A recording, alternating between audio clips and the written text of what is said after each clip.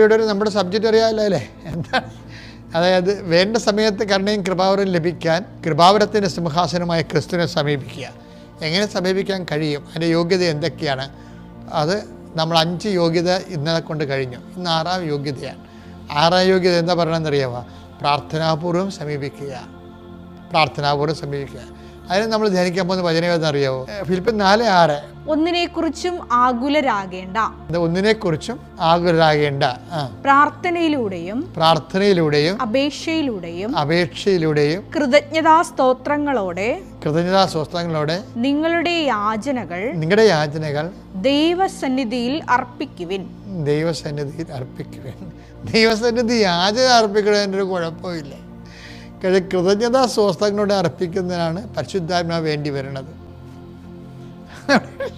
അവിടെ വിഷയം യാചന പറയാൻ എന്താ? നമ്മൾ മൊത്തം യാചനയല്ലേ. പള്ളിയിലും ചെല്ലുമ്പോഴും നമ്മൾ വിശ്വാസിയുടെ പ്രാർത്ഥന എന്ന് പറയും. വിശ്വാസിയുടെ പ്രാർത്ഥന എന്ന് പറയുമ്പോൾ പുരോഹിതൻ്റെ പ്രാർത്ഥന അല്ലെന്നായി പറയണതേ. വിശ്വാസികളുടെ പ്രാർത്ഥന എന്താ?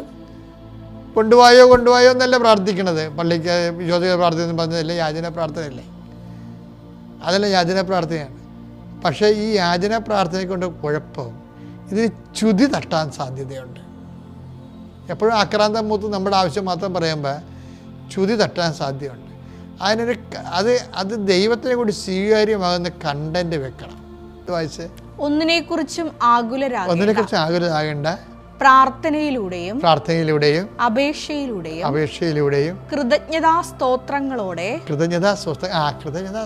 അതാണ് അതിലാണ് വിഷയം. അതാ കൃതജ്ഞത ചേർക്കണം. അപ്പം ദൈവത്തിന് അത് അട്രാക്റ്റീവ്, അതായത് ദൈവത്തിന് സ്വീകാര്യമാകുന്ന പ്രാർത്ഥനയാണത്. അപ്പം ദൈവത്തിനെ കൂടി അതിൻ്റെ അകത്ത് നമ്മൾ ആ പ്രാർത്ഥനയ്ക്ക് നമ്മൾ കക്ഷിയാക്കുന്നുണ്ട്. അപ്പം പ്രാർത്ഥന ഒരു പ്രധാനപ്പെട്ടതാണ്, യോഗ്യതയാണ്, പ്രധാനപ്പെട്ട് സമീപിക്കാൻ.